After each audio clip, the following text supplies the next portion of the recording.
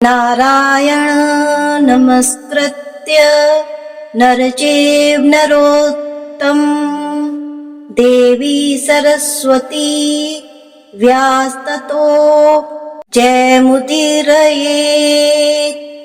अर्थात भगवान नारायण, नरश्रेष्ठ नर, देवी सरस्वती तथा महर्षि वेद व्यास को नमस्कार करके भगवान की विजय कथा से परिपूर्ण इतिहास पुराण आदि का पाठ करना चाहिए।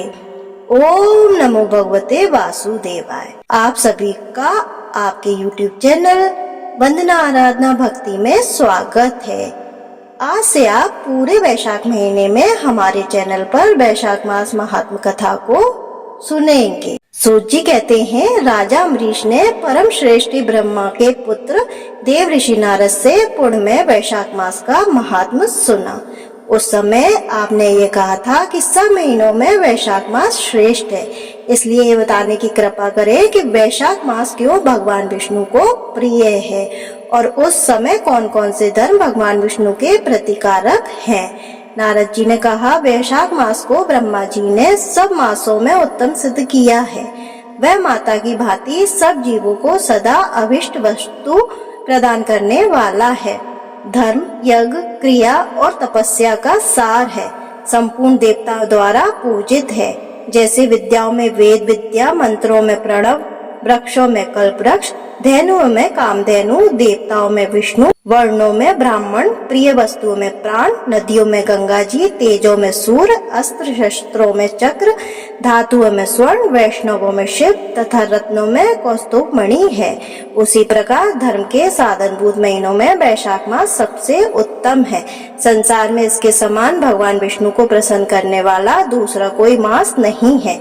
जो वैशाख मास में सूर्योदय से पहले स्नान करता है उसे भगवान विष्णु निरंतर प्रीति करते हैं। पाप तभी तक गरजते हैं जब तक जीव वैशाख मास में प्रातः काल जल में स्नान नहीं करता है। राजन, वैशाख के महीने में सब तीर्थ आदि देवता बाहर के जल में भी सदैव स्थित रहते हैं। भगवान विष्णु की आज्ञा से मनुष्यों का कल्याण करने के लिए वे सूर्योदय से लेकर 6 दंड के भीतर तक वहाँ मौजूद रहते हैं। वैशाख के समान कोई मास नहीं है। सतयुग के समान कोई युग नहीं है। वेद के समान कोई शास्त्र नहीं है और गंगा जी के समान कोई तीर्थ नहीं है। जल के समान दान नहीं है, खेती के समान धन नहीं है और जीव से बढ़कर कोई लाभ नहीं है।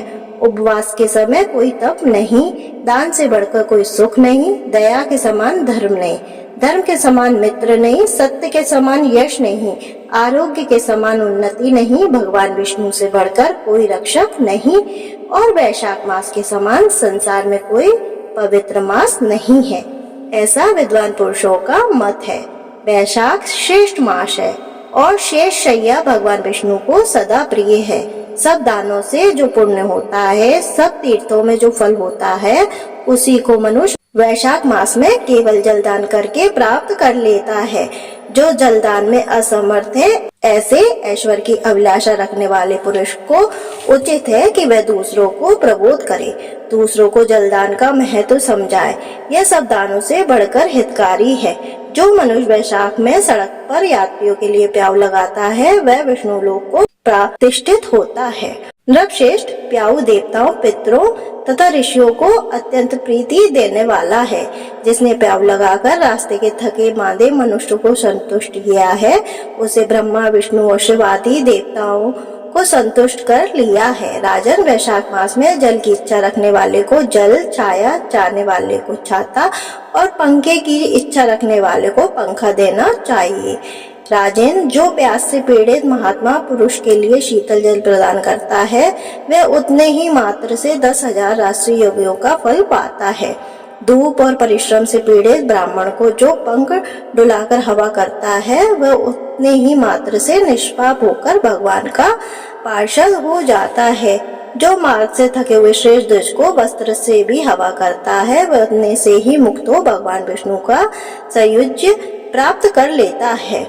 जो शुद्ध चित्त से ताड़ का पंखा देता है वह सब पापों का नाश करके ब्रह्मलोक को जाता है। जो विष्णु प्रिय वैशाख मास में पादुका दान करता है वह यमदूतों का तिरस्कार करके विष्णु लोक में जाता है। जो मार्ग में अनाथों के ठहरने के लिए विश्रामशाला बनवाता है उसके पुण्य फल का वर्णन किया नहीं जा सकता है। मध्याह्न में आए हुए ब्राह्मण अतिथि को यदि कोई भोजन दे तो उसके फल का अंत नहीं है। राजन अन्नदाता मनुष्यों को तत्काल तृप्त करने वाला है, इसीलिए संसार में अन्न के समान कोई दान नहीं है। जो मनुष्य मार्ग के थके हुए ब्राह्मण के लिए आश्रय देता है उसके पुण्य फल का वर्णन किया नहीं जा सकता है। भूपाल जो अन्नदाता है वह माता पिता आदि का भी विस्मरण कर देता है, इसलिए तीनों लोकों के निवासी अन्नदान की ही प्रशंसा करते हैं। माता और पिता केवल जन्म के हेतु हैं, पर जो अन्न देकर पालन करता है मनीषी पुरुष इस लोक में उसी को पिता कहते हैं। वैशाख स्नान के नियम। महिरथ नाम का एक राजा था जो सदा कामनाओं में आसक्त और जितेंद्रिय था। वह केवल वैशाख स्नान के सुयोग से स्वतः वैकुंठ धाम को चला गया।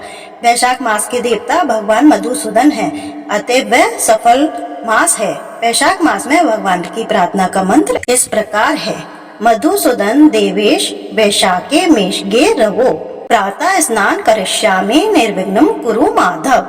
अर्थ, हे मधुसूदन, हे देवेश्वर माधव, मैं मेष राशि में सूर्य के स्थित होने पर वैशाख मास में प्रातः स्नान करूंगा। आप इसे निर्विघ्न पूर्ण कीजिए। तत्पश्चात निम्नलिखित मन से अर्घ्य प्रदान करना चाहिए।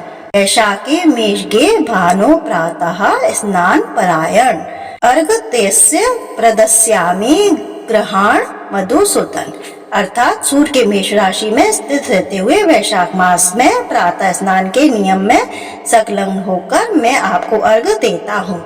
मधुसूदन, इसे ग्रहण कीजिए। इस प्रकार अर्घ्य समर्पण करने, स्नान करके फिर वस्त्रों को पहनकर संध्या तर्पण आदि सब कार्यों को पूरा करके वैशाख मास में विकसित होने वाले पुष्पों से भगवान विष्णु की पूजा करनी चाहिए।